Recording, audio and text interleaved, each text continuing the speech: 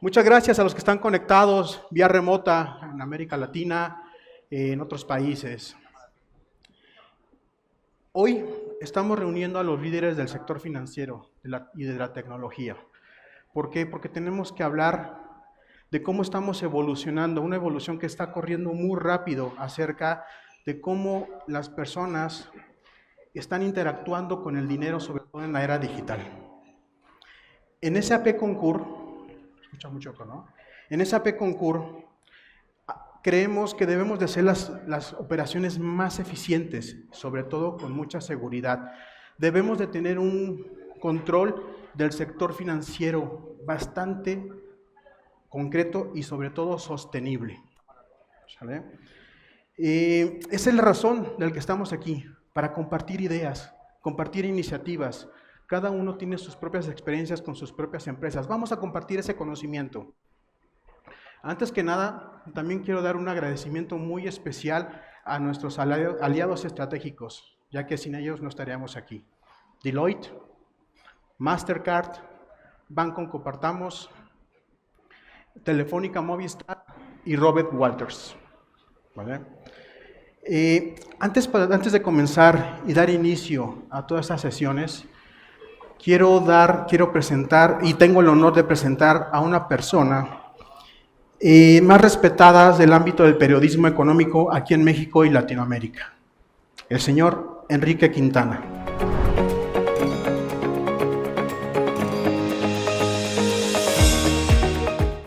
¿Alguien trae una cartera?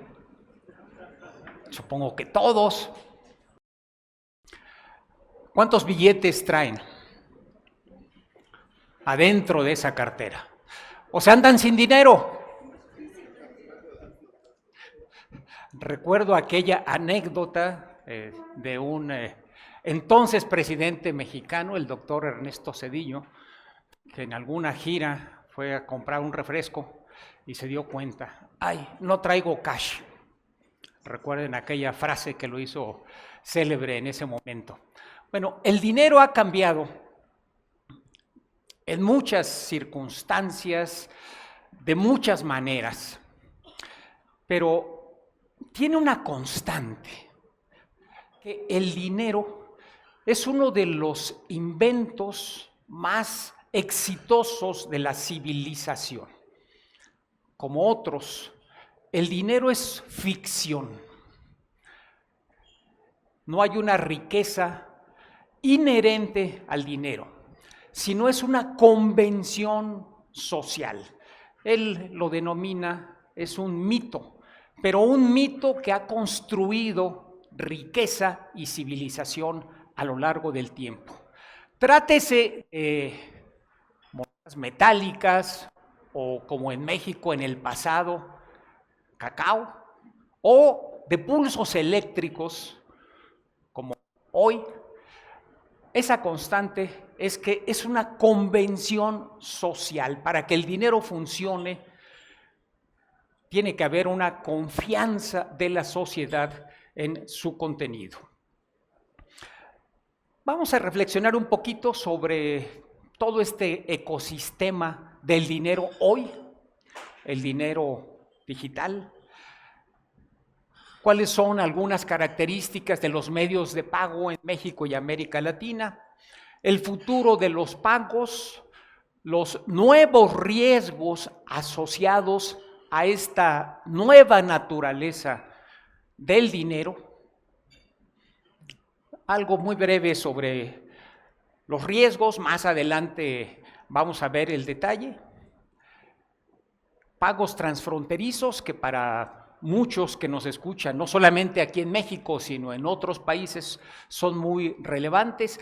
Y vamos a concluir con lo que me parece que es el gran reto que tenemos en México y en casi toda América Latina, el tema de la inclusión financiera. ¿Cómo hacemos para que más y más personas tengan acceso a el dinero institucional, a medios de pago, a todas las facilidades y ventajas que da el contar con la infraestructura del dinero digital? En la coyuntura actual se están reuniendo dos características. Por un lado, estamos en tiempos de altísima volatilidad, volatilidad financiera y déjenme decirles, también volatilidad política. Hay de todo.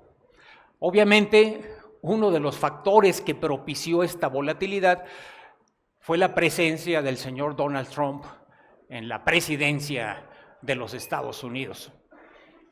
Apenas este fin de semana le impuso a Canadá un 10% más de arancel porque se molestó, se enojó por un comercial que patrocinó el gobierno de Ontario.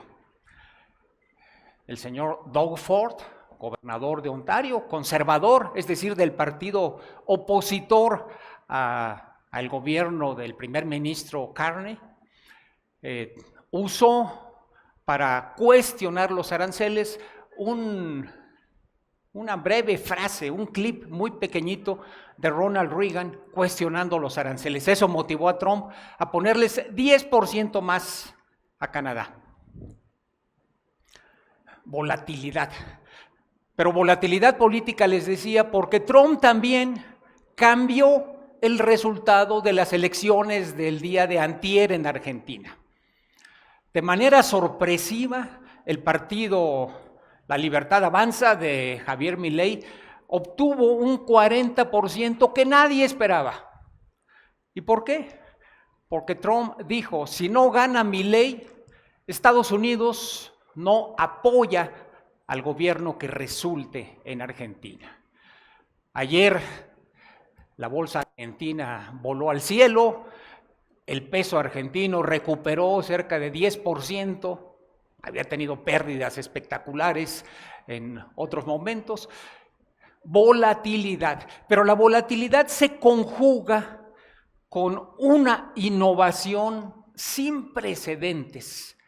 Esa mezcla de volatilidad con innovación genera todo un reto para construir sistemas de pago funcionales, confiables y que permitan la inclusión. ¿Cuáles son algunas de las tendencias claves que vemos en México y vamos a ver también en otros países? Una digitalización acelerada. En un momento más entramos a ver detalles, pero estamos en un proceso de digitalización, no solamente de los sistemas de pago, sino prácticamente de toda la actividad económica. Pero al mismo tiempo, cargamos con una dualidad gigantesca, es decir, sistemas de pago avanzados que coexisten al mismo tiempo con todavía un uso intensivo, por ejemplo, del efectivo, no solamente en zonas rurales, sino incluso en algunas zonas urbanas. Una escena muy usual en la Ciudad de México, los días que se paga la quincena tradicionalmente, son las filas larguísimas en los cajeros automáticos de los bancos. La gente recibe en su tarjeta de débito, en su tarjeta de nómina, el pago de ese periodo y acude al cajero para convertirlo en efectivo. Porque hay una parte de la sociedad que sigue confiando solo en el efectivo. Dualidad que tenemos que buscar y que tenemos que buscar para eliminar. Y algo fundamental también que hemos vivido en México es la necesidad de la trazabilidad. Es una palabra que van ustedes a escuchar cada vez más, tanto en el ámbito financiero como en el ámbito comercial. Cuando estemos renegociando el Tratado México-Estados Unidos-Canadá ya en los próximos meses, verán ustedes que un tema central es la trazabilidad del contenido de los productos y en el caso financiero es muy importante la trazabilidad de las transacciones. Y si no, pregunten a Sei Banco, a Intercam o a Vector. Asegurarse plenamente de dónde viene el dinero y a dónde va el dinero con el que se está operando. En América Latina también tenemos un cuadro contrastante. Hay líderes regionales, Brasil, Chile, Colombia, sistemas de pago digital muy avanzados. Otros países como los centroamericanos, en ciernes todavía en el desarrollo de los sistemas digitales de pago, y en conjunto la región ofreciendo una oportunidad como pocas en el mundo. 650 millones de usuarios potenciales. Platicábamos antes de esta presentación que en el mundo desarrollado los sistemas de pago digitales ya son en general maduros. Es decir, ya no hay una oportunidad de crecimiento como si la tenemos en América Latina, porque todavía hay una franja muy importante de la población, de las empresas, que necesita y que puede usar sistemas digitales de pago. Veamos algunos detalles. Una foto al Día de México. 70% de los pagos en volumen, no en número de transacciones, ya son digitales. Claro, porque las grandes transacciones las hacemos a través de, por ejemplo, un sistema que ya lo vemos como algo natural, el SPEI, y que es verdaderamente espectacular su eficacia. Uno deposita un cheque, bueno, no un cheque, una transacción de un banco a otro, realiza una transacción de un banco a otro y en segundos puede verificar que se realizó. Todavía hay países que no cuentan con estos sistemas, países avanzados incluso, que pues tardan horas o días en concretarse y confirmarse estas transacciones.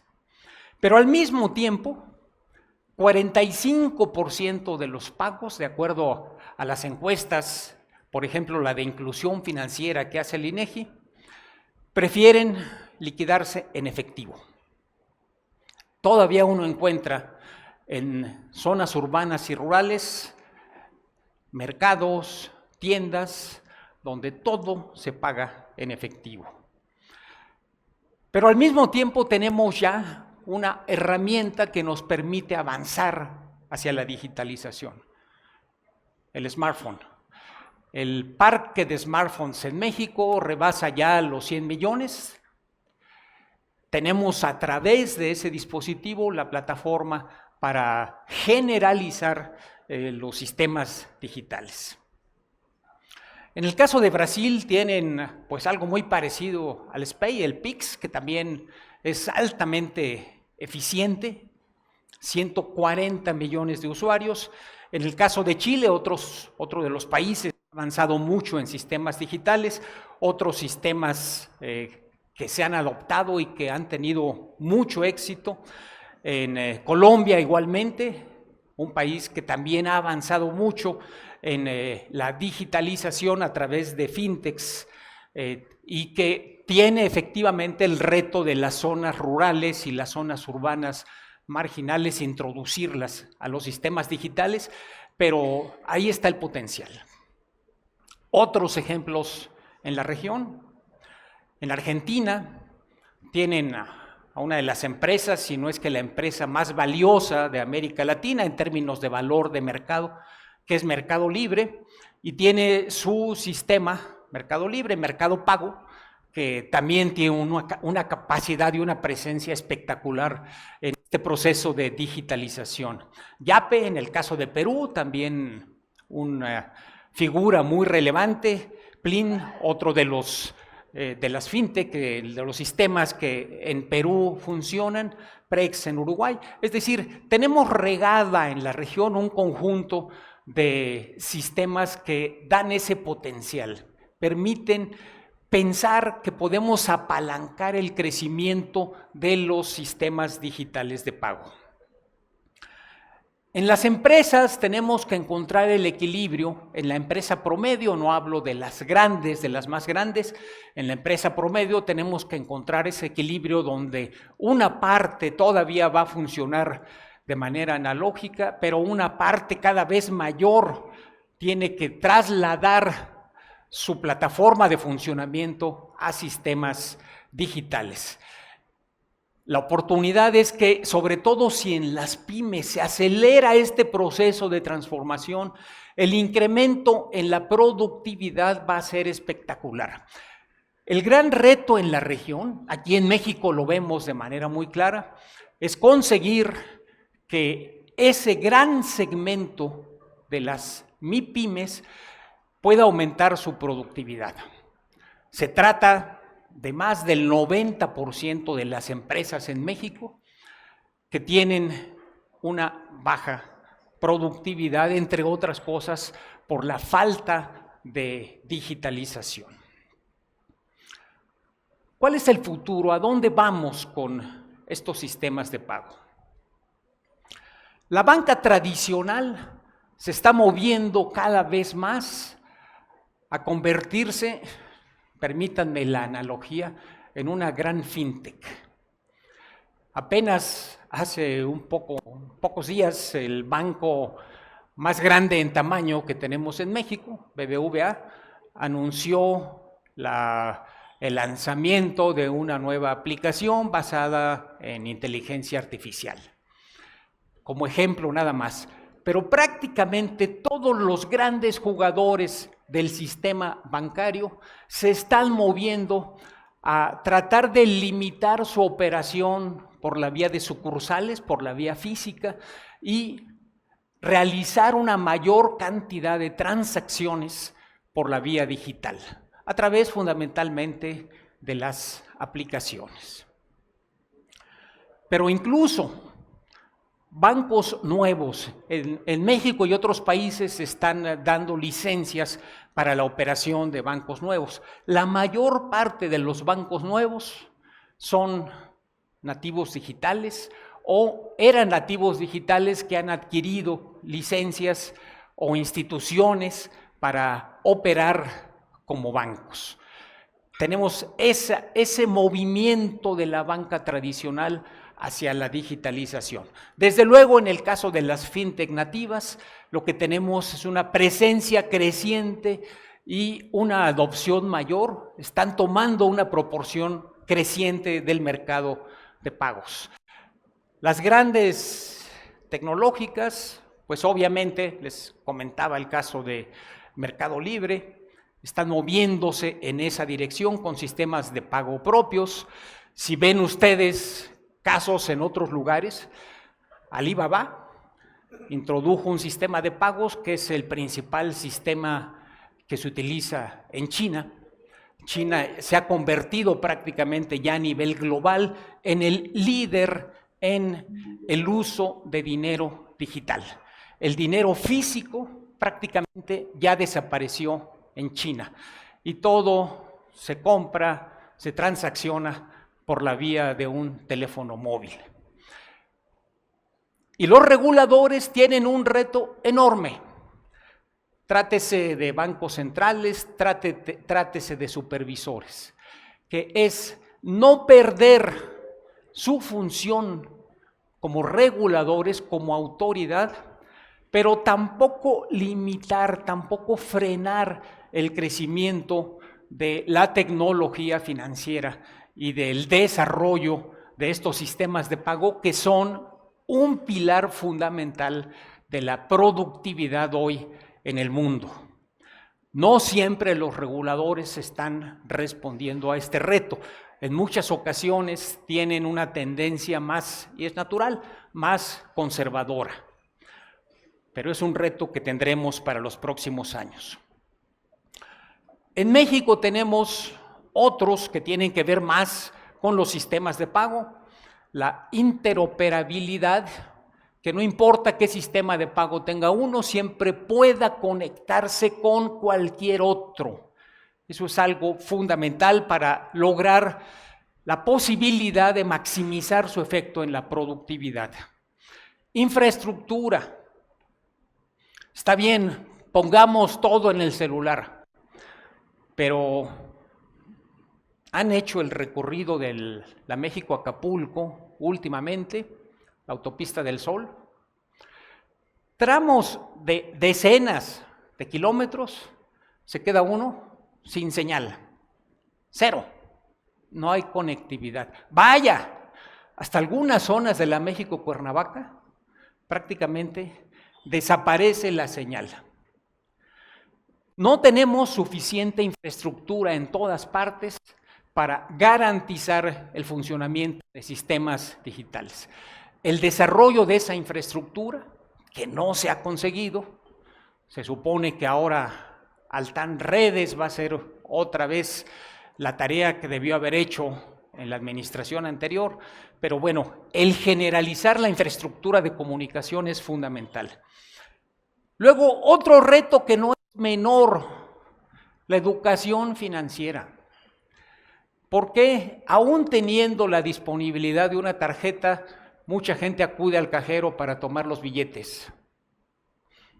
En parte la cultura, pero en parte la información. El entendimiento de temas básicos como la inflación, ahorro, inversión, están todavía a años luz en México y en América Latina, en varios países de América Latina, para poder tener sistemas digitales.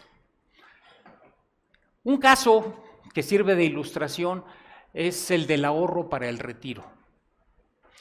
Fuera de los segmentos altamente escolarizados en zonas urbanas, prácticamente no existe el concepto de ahorro para el retiro. Nuestra estructura social garantizaba en el pasado que las familias numerosas tuvieran pues, al menos alguien que se hiciera cargo de los adultos mayores, de las personas ya fuera de la edad productiva. Eran familias de 5, 6, 7. Decían, bueno, pues alguien le tiene que ir bien, ¿no? De esos 7, pues que por lo menos uno le pegue y tenga ingresos razonables para hacerse cargo de los papás o de los abuelos. Ahora las familias son de 2 cuando mucho. Entonces, pues ya no hay posibilidad de que tengamos más respaldo que el que nosotros podamos construir.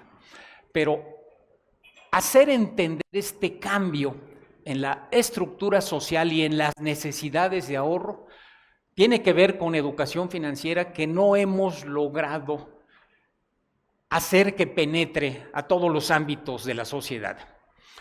Y desde luego también requerimos un marco regulatorio más claro y que incentive en mayor grado la innovación. En Argentina, bueno, ya cambiaron un poco las cosas. Esperemos que con el paquete de apoyo que por lo menos prometió Trump, vamos a ver que se haga efectivo, pueda avanzarse hacia la estabilidad cambiaria. El control de la inflación ya tiene más avance, pero que pueda haber una situación más estable como para igualmente hacer más atractivo el uso del dinero digital. En Colombia el reto, como en varios países de América Latina, es la expansión de los sistemas hacia las zonas marginales, rurales, urbanas. En Perú, como en México, como les refería, entre otras cosas, no es privativo de un país, comparten estos retos casi todos los de América Latina, pues hay que extender la infraestructura a zonas que hoy no la tienen. Y obviamente lo que quisiéramos es un esquema donde hubiese un mercado regional con mayor flujo, tanto comercial como financiero. Está muy localizado, ¿sí? Tenemos el Mercosur, donde hay un flujo comercial muy grande, Argentina, Brasil, Uruguay, pero prácticamente hasta ahí. La Alianza del Pacífico, que otros varios países de América Latina hemos constituido, México incluido, en realidad no han logrado el despegue, ni comercial ni financiero. El reto de aprovechar más las sinergias de la zona es algo que todavía está como una tarea pendiente. Y ahora que hemos visto la vulnerabilidad de depender tanto de la demanda de Estados Unidos, y se habla nuevamente de diversificación comercial, sin duda, voltear hacia América Latina puede ser interesante. No va a ser de corto plazo, ni va a cambiar de modo profundo lo que ya se ha construido en la relación con Estados Unidos. Sin embargo, puede ser algo que en el margen pueda ser muy interesante. Pero claro, si vamos a introducir más y más sistemas digitales de pago, necesitamos avanzar en la confianza, en que sean sistemas plenamente confiables, no solamente por la seguridad operativa, porque nos funcionen todo el tiempo, sino que no tengamos riesgos. Riesgos que se están multiplicando justamente en la medida que generalizamos estos sistemas. El phishing. ¿A quién no le ha llegado o le llegó algún día el correo de la princesa o africana? Solamente necesito que me deposites $10,000 y voy a contar con 5 millones y te voy a recompensar. Yo pensé que era tan viejo y tan socorrido que ya no, y todavía sigue llegando en diferentes fórmulas, en diferentes versiones. Los engaños, la suplantación de identidad persisten, pero hay muchos más, ya se verá en otras sesiones esta mañana, los ataques para tirar la operación de un sitio, los DDoS, cada vez más generalizados. El robo de identidad, que a veces requiere la colusión de autoridades, como por ejemplo en el caso de nuestra credencial para votar, que en México es nuestro documento más generalizado de identidad, todavía. El malware, que nos llega igualmente sin tener idea a veces, las fugas de datos, sobre todo en las empresas, y un riesgo creciente que es el de lavado de dinero y verse involucrados en redes que están metidas con este proceso. Y lavado de dinero no es solamente de grupos criminales, sino mecanismos para introducir fondos obtenidos ilícitamente, por ejemplo, a través de defraudación fiscal, al sistema formal. Necesitamos, para combatir y regular este proceso, pues obviamente una regulación que tenga en mente estos nuevos riesgos, que utilice la tecnología de manera intensiva, la tecnología de vanguardia, la inteligencia artificial como herramienta fundamental, que haya colaboración pública-privada y el uso cada vez más generalizado de la biometría.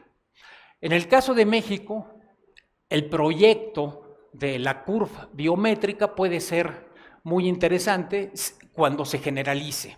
Está muy en pañales, apenas está arrancando este proceso, pero la pretensión es que en algún momento de los siguientes años, pues ya no sea el INE nuestra principal carta de identidad, nuestro documento de identidad, sino pueda ser esta curva biométrica que por el hecho de ser justamente biométrica ofrecerá niveles de seguridad mayores que los que hoy tiene nuestra credencial para votar. Y desde luego, no dejar esto solamente a la autoridad, sino a nivel corporativo, fortalecer de manera muy importante la seguridad multicapa con varios procesos de autenticación, monitoreo continuo para poder darnos cuenta de amenazas cuando todavía hay oportunidad de evitarlas, una arquitectura que no tenga agujeros por todas partes, que sea segura y desde luego los controles internos, la gobernanza, el factor humano que a veces es donde también nos falla. La cantidad de ataques de los cuales nos enteramos y subrayo, nos enteramos porque hay muchísimos de los cuales no nos hemos enterado, que involucran desde dependencias públicas, las mayores empresas, bancos, Banco Central. En algún momento tuvimos un problema con el SPEI hace ya algún tiempo, pero bueno, hasta ese nivel han llegado los ataques. Obviamente se requiere una garantía de seguridad en el funcionamiento de este sistema.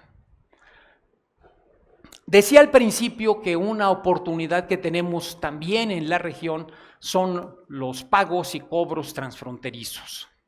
En el caso de México, obviamente, el volumen de transacciones que se hacen en la región norteamericana es el principal asunto. Actualmente, el total de comercio exterior de México anda en 1 billón métrico, trillón, 400,000 millones de dólares, sumando exportaciones e importaciones, y creciendo. Imagínense ese tamaño, es más o menos 75-80% del Producto Interno Bruto. Es un mundo.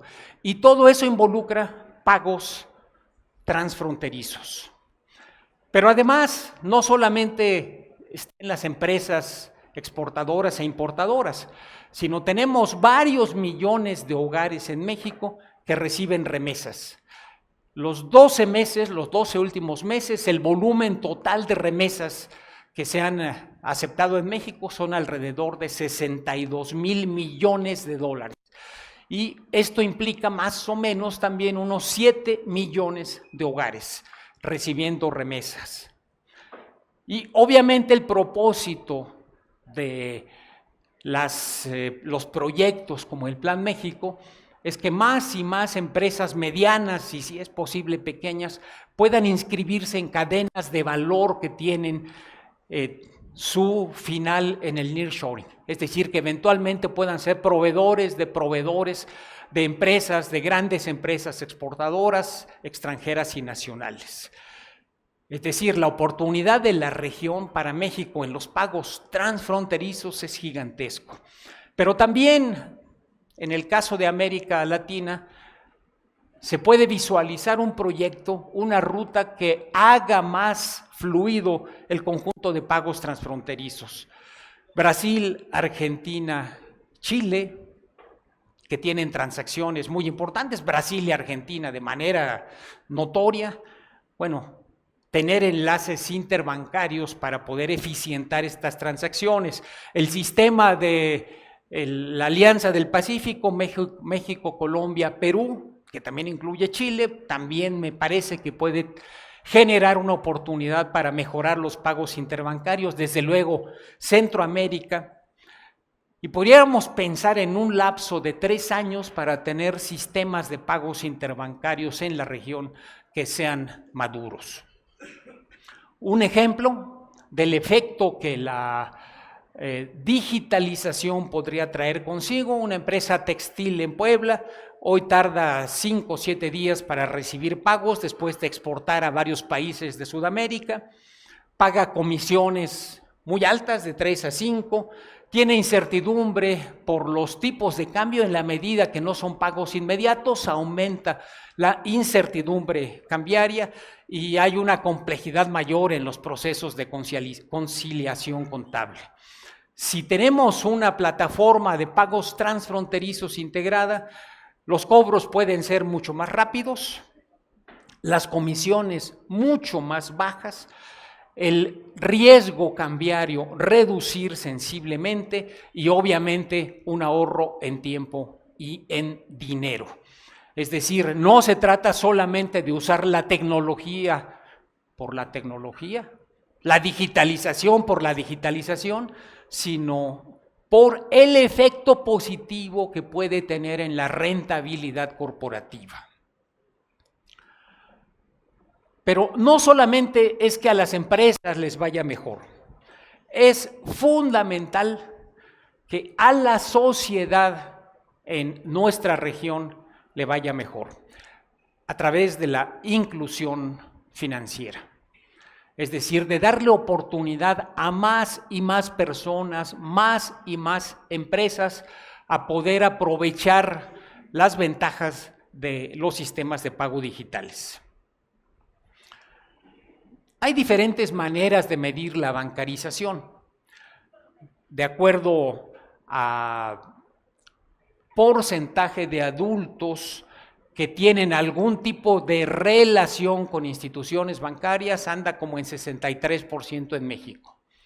Porcentaje de la población que tiene una cuenta bancaria, de acuerdo a la más reciente encuesta de inclusión financiera, anda abajo de 30%.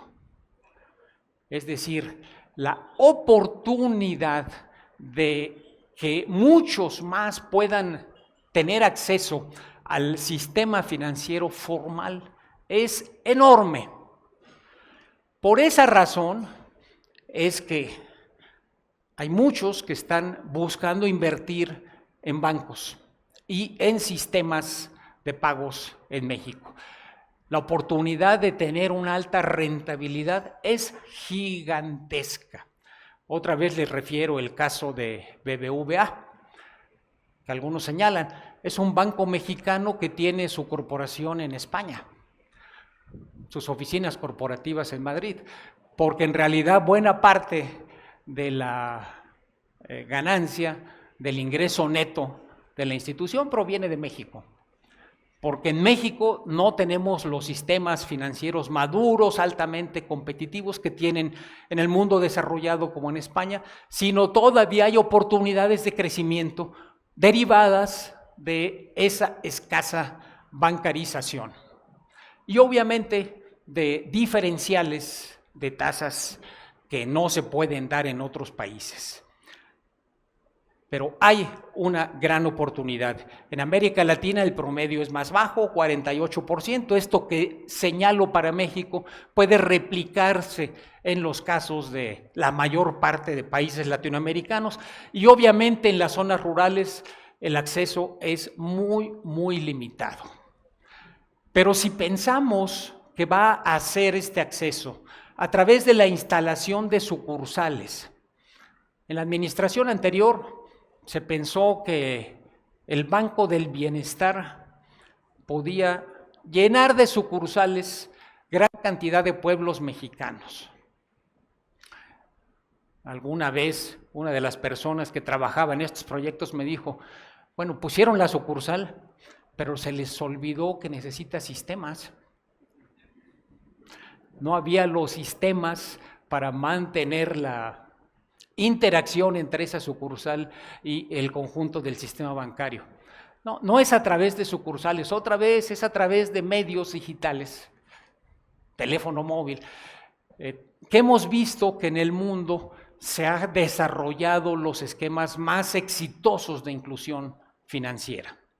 Es decir, el que la gente pueda hacer uso muy rápidamente de los servicios, abriendo una cuenta sin necesidad de ir personalmente a la sucursal, a través de identificación biométrica, que se utiliza ya casi de modo generalizado. A mí ya se me olvidaron las contraseñas, las tengo ahí anotadas, una libretita, porque pues nada más pone uno el celular e ingresa directamente al servicio. Ese conjunto de sistemas que requiere infraestructura digital es fundamental para poder ampliar el uso de los sistemas que permitan que más y más empresas y personas se beneficien de esto. Obviamente, otra vez, infraestructura física, tener los recursos para dar el mantenimiento adecuado a esta infraestructura, facilitar, esto es un tema de regulación, facilitar, abrir cuentas y demás servicios bancarios y generar un ambiente de confianza, porque mucha gente no lo hace, mucha gente no abre una cuenta porque siente mejor, siente más seguro el dinero en la bolsa o debajo del colchón. Todavía tenemos esa circunstancia, pero el que tengamos esta extensión de el uso de los smartphones, realmente ofrece para todos una enorme oportunidad. Muy parecida a la circunstancia, con matices según el país. En Guatemala obviamente se necesita ampliar más, en todo Centroamérica, El Salvador, Honduras, quizá Costa Rica está un poco más adelante. Obviamente Perú ya tiene este sistema que les describía Yape, que ha avanzado, pero se requiere mucho más avance en este sentido. Algunas conclusiones para ver si tenemos tiempo de algunas preguntas, si es que las tienen. La transformación digital es irreversible, no es opcional, no es de que puedo hacerla o no puedo hacerla, es cómo y cuándo me conviene hacerla. Y la transformación digital en los sistemas de pago, igual que en los sistemas contables, igual que en los controles internos de las empresas, es algo que tiene que hacerse pronto. Tendremos que conseguir la coexistencia de sistemas a nivel de la sociedad. No todas van a poder avanzar al mismo ritmo. Habrá algunas que se adelanten y esto les dará una ventaja competitiva. El tema de la ciberseguridad es esencial. Hay que invertir en ciberseguridad, porque si no, vamos a estar con nuestras guacamayas personales. ¿Se acuerdan el caso en México, el famoso Guacamaya Leaks, que extrajeron del lugar más seguro? El Ejército, la Secretaría de la Defensa Nacional, millones y millones de registros que todavía no se han explotado enteramente. Bueno, si eso ocurre en el Ejército, imaginen lo que no ocurrirá si en nuestras empresas no tenemos sistemas de ciberseguridad funcionales. Algunos elementos simplemente como llamados a la reflexión para seguir adelante. Pensar en nuestras propias empresas en términos de la madurez digital. ¿Cuánto ya lo tenemos digitalizado? ¿Qué podemos digitalizar que tenga sentido?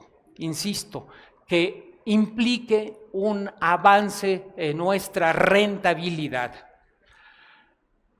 Esto no se hace de la noche a la mañana ni como un buen deseo. Necesitamos crear un mapa de ruta que nos permita avanzar, digamos, en proyectos de meses. Aquí el ejemplo que les pongo, 18 meses, en un mapa de ruta que permita avanzar paso a paso en la digitalización. Paralelamente, no podemos dejar la ciberseguridad con un antivirus que hace meses que no hemos actualizado, porque muchos así estamos.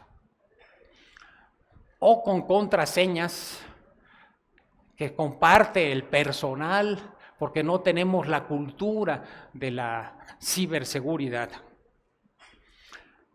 Si hay oportunidades transfronterizas para las empresas que están en esa posibilidad y condición, explorarlas, y ya que tengamos este proceso, este mapa de ruta, con la transformación que tenemos que ir haciendo paso a paso, pues obviamente generar un tablero de control con KPIs, con indicadores muy precisos de cómo lo vamos a hacer, para que no quede como un proyecto de esos que se diluyen por falta de control y seguimiento.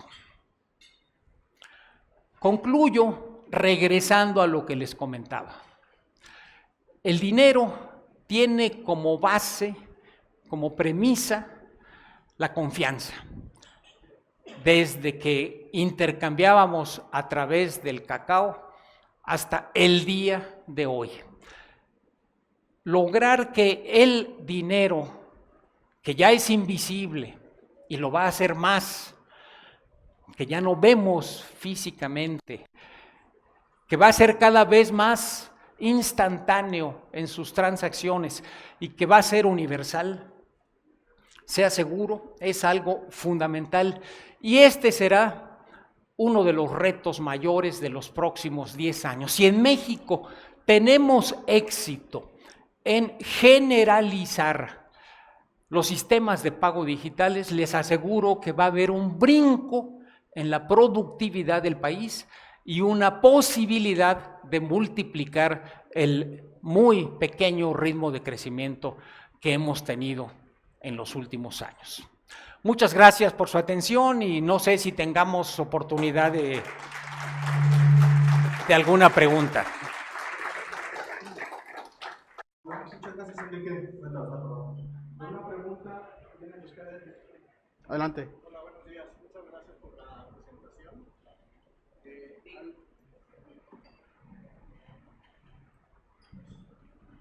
Buenos días. Gracias por la presentación.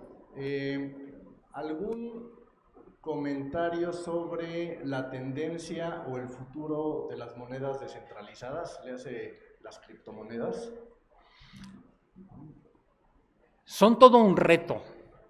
Por ahí teníamos algunas referencias del experimento del Salvador, que es como país el único que les dio el estatuto de moneda de curso legal, pero al Bitcoin. Pero el Bitcoin no se ha generalizado como el gobierno de Bukele pensaba. Creo que sí es una tendencia que va a ser creciente. No les gusta en absoluto a los banqueros centrales ni a las grandes instituciones globales como el Banco de Pagos Internacionales o el Fondo Monetario Internacional, pero son una realidad el uso del blockchain para el desarrollo de estas monedas. Y hay desde las altamente especulativas, como por ejemplo el Bitcoin, que pueden ser una oportunidad interesante en algunos portafolios, poca trazabilidad. Esto es también otra de las cosas que no les gusta a los bancos centrales y a reguladores. No sabe uno bien a bien de dónde llegó y a dónde va. Pero hay otras donde es más factible tener esta trazabilidad. Es decir, lo que tenemos en el caso de monedas descentralizadas o criptomonedas es ya una familia muy diversa de monedas que son menos susceptibles de los vaivenes, como en el caso del Bitcoin, y que eventualmente pueden cumplir lo que quizás no puede cumplir una moneda como el Bitcoin, que es convertirse en reserva de valor. Una moneda, para que funcione, tiene que ser un medio de cambio, servir para transaccionar, pero al mismo tiempo ser reserva de valor, es decir, poder permitir que los patrimonios de toda índole y tamaño puedan ser expresados en ella, sin las fluctuaciones tan severas que hemos visto. Creo que es un cambio, no sé cuándo lo vayamos a ver. Las monedas digitales centralizadas le quieren hacer la competencia, pero los reguladores y autoridades van muy lentos. En el caso de México, el Banco de México está trabajando ya desde hace un par de años en un peso digital, pero pues obviamente no lo vamos a ver en el corto plazo por estos temores que tiene la autoridad monetaria. Sin embargo, creo que sí, el futuro va a tener una mayor presencia de moneda descentralizada, desde luego digital. Gracias. ¿Alguna otra pregunta? De este lado, el señor tenía una pregunta. Y cuidarse de las meme coins, ¿no? Porque aparecen de repente, pones tu dinero y bye. No vayan a comprar la de Trump. Buenos días, mi nombre es Raúl Arauzo, vengo del Agua Iztapalapa. La pregunta sería, ¿qué tan habló sobre el manejo ya de digitalización del dinero en algunas partes de los países de Centroamérica, Sudamérica? ¿Qué tan lejos estamos todavía a nivel de Latinoamérica del uso de la tarjeta? Yo viajo y mi tarjeta sirve en cualquier lugar de Latinoamérica. Se dice que estamos cerca, pero no, como se no vemos luces todavía. ¿Qué tan cerca estamos de eso? Yo creo que la tarjeta va a quedarse gradualmente ya como un sistema arcaico. Todavía lo usamos, todavía las transacciones que no son con efectivo, el sistema más usual es sacar la tarjeta y ponerla en la terminal y eso es cada vez más generalizado. Sin embargo, si queremos en América Latina referirnos a un sistema avanzado, tenemos que voltear a China. China es el absoluto líder en el uso de sistemas digitales, donde ya no se usa tarjeta, ya no se utiliza la tarjeta física. Vaya, de hecho, ya en el caso de México tenemos muchos sistemas de pagos de bancos donde hay tarjetas digitales. Aquí tenemos el reto del uso de los medios digitales para transacciones de baja denominación. El CODI, que fue lanzado hace varios años, ¿recuerdan ustedes? No sé si lo usaron, era realmente marginal. La lectura de los QR para poder hacer los pagos no funcionó, en realidad no funcionó. Los pequeños pagos siguieron haciéndose o con dinero en efectivo o incluso con tarjeta.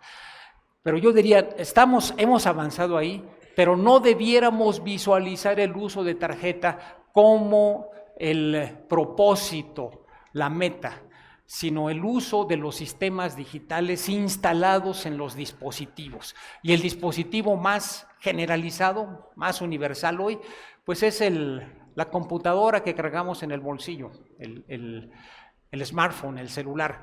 Entonces, si hemos caminado, nos falta mucho, pero nos falta disparar más arriba, que es el uso de este tipo de sistemas digitales. Por acá.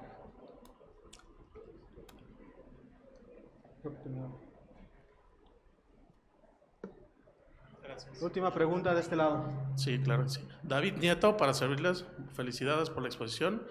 ¿Qué tanto porcentaje en estadística hay del comercio informal? Es decir, aquel comercio informal que obliga todavía o que nada más recibe pagos en efectivo y a veces son restaurantes de buen tamaño, tiendas y demás, ¿no? Entonces, ahí mientras haya moneda corriente, o sea, ¿qué tanto porcentaje hay de eso? Hay de informales a informales. Hay informales pues, que no tienen acceso a otro tipo de sistemas y hay informales que reciben efectivo porque es la única manera de que no deje huella fiscalmente. Pero en México hay varias medidas de informalidad. En México, una de ellas, la más conocida, es la del empleo. Se estima que es más o menos, de acuerdo a la encuesta que realiza el INEGI, 55% del empleo está en condiciones de informalidad. Es decir, más de la mitad de las personas que trabajan en el país son informales, no necesariamente vendedores ambulantes ni comercio callejero, sino simplemente no tienen una relación con un contrato de trabajo, seguridad social, etcétera.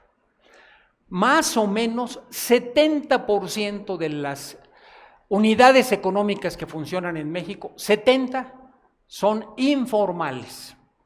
Es decir, es todavía más alta la participación de la informalidad en el conjunto de las unidades económicas. Unidades que a veces son de 1, de 2, de 3 personas en el campo, en zonas marginales de las ciudades y también en zonas modernas. Pero su contribución a la economía medida a través del Producto Interno Bruto que generan es más o menos el 20%. Es decir, el 70% de unidades económicas produce el 20% del valor agregado del Producto Interno Bruto del país. Si tuviésemos un 80% de formales y 20% de informales, simplemente por ese cambio, el volumen del Producto Interno Bruto se iría para arriba, porque la productividad se dispara conforme hay formalidad. Entonces, en realidad, digamos, no hay una cifra específica para el comercio, pero estas tres, 55% del empleo, 70% de las unidades económicas y solo 20% de la generación de valor se da en la informalidad. De ahí la necesidad de formalizar y modernizar a las empresas. Enrique, muchísimas gracias. Al contrario, muchas gracias. gracias a todos ustedes y aplauso mucho fuerte, Enrique. éxito. Enrique.